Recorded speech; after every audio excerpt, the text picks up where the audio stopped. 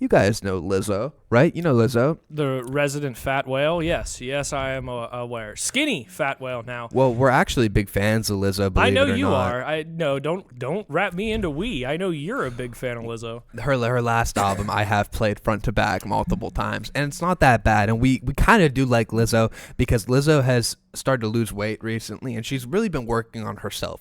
But this set her light years back. So Lizzo just endorsed Kamala Harris, and she was at a rally. And we're just gonna play this for you guys, and you'll see how outrageous the statement is. I'm so proud to be from this city.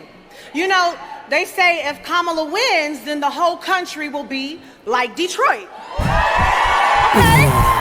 Proud like Detroit. Resilient like Detroit. I'm so proud to be. What? Okay, so Shad, you actually pulled up the numbers on Detroit. It's ranked the second It's ranked the second least safe city in the United States. The second least safe city in the United States. And so obviously this is not, you don't want to be like Detroit. There's not a single United States citizen right now, even living in Detroit, that wants the United States to be like Detroit. Okay? What the fuck are we talking about here, Lizzo? Jobless, houses growing through trees growing through the houses. Crime levels, obviously, like I said, it's the second least safe city. People are running away from Detroit. Exactly. And if they're not running away, they're getting murdered there. Exactly. So to say that we're going to make the whole United States like Detroit, no.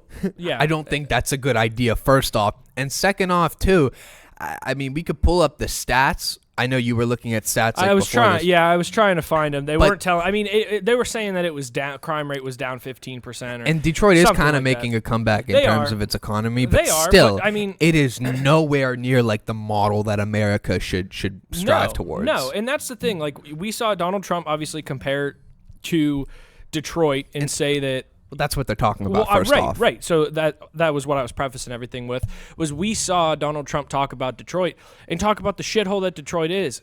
Because, I mean, let's be real here, folks. There's not a single big city in the United States that we can't look at and say it's kind of shitty, you know? It's sad because it's not really the people's fault per se. It's all these corporations. They decided to choose more profits over the American worker. And as a result, they bankrupted all these great traditional American cities like Detroit and shipped all the jobs overseas to like China and Mexico. And I mean, it's sad. We laugh about it. No, I wasn't laughing about that. That was a really shitty time to laugh. But like even our own city, man, we're not going to say where we're recording from, but like we live in the Midwest and it's the same thing. Right. GM was a big force here, and it was relatively recently where they closed the plant here. Yep. A lot of people had jobs and a lot of people lost it. And so people are hurting. I get it. But I mean, to circle back one more time, the fact that you want to make the United States like one of the worst cities in America, still Detroit, is just laughable. So it's funny because what I was laughing about was the fact that I just remembered that underneath that post, some lady put, "Detroit is beautiful. I went once," or "I went there. My car got broken into once, and I got mugged twice." So I mean, like, it just it ties it all together.